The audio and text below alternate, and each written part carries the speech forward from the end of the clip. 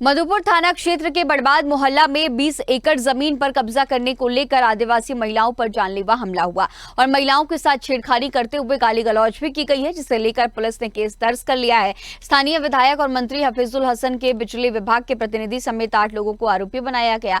घटना के बाद एसडीपीओ, सीओ समेत टीआई मौके पर पहुंचे और आदिवासी महिलाओं से घटना की जानकारी ली। पुलिस ने महिलाओं के बयान के आधार पर केस दर्ज कर लिया है और आगे की कार्रवाई शुरू कर दी है। और इसी खबर पर तमाम जानकारी के साथ पटना से हमारे ब्यूरो चीफ धर्मेंद्र हमारे साथ जुड़े हुए हैं।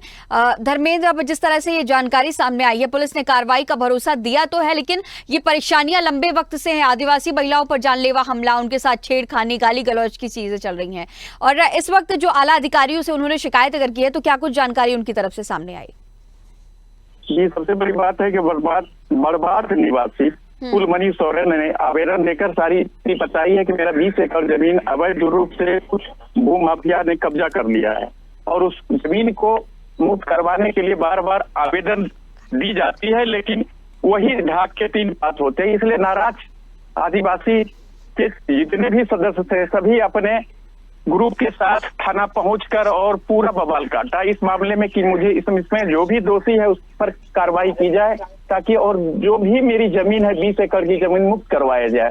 पुलिस इस मामले में संज्ञान ली है, प्राथमिकी भी दर्ज, बहुत जनप्रतिनिधि सहित अनेक अधिकारी को आरोपित किया गया। मामला देखना है। सबसे बड़ी बात यह है कि ये देखना होगा कि पुलिस कहां तक कार्रवाई कर पाती है, क्योंकि ऐसे लोग हैं जनप्रतिनिधि से लेकर तमाम अधिकारी इस आरोपित बनाए गए। तो अब पुलिस पर ही नजर टिकी हुई है कि ये कितने तक ढंग से कार्रवाई करती है और किनकी गिरफ्तारी, इन लोगों की गिरफ्तारी होती है नहीं, ये सबसे बड़ी बात है। प्राथमिकी दर्ज होना ठीक अच्छी बात है, लेकिन प्राथमिकी दर्ज के बाद जो कार्रवाई कानून सम्मत होनी चाहिए, ये प्रश्न चिन्ह अगर लगता है तो कहीं न कहीं ये लगता है कि आदिवासियों के साथ न्याय मिल रही है। जी, और ये सब कुछ कब से चला आ रहा था धर्मेंद्र जी, क्योंकि देख के बिल्कुल ऐसा नहीं लग रहा है कि ये सब कुछ पहली बार हो रहा है।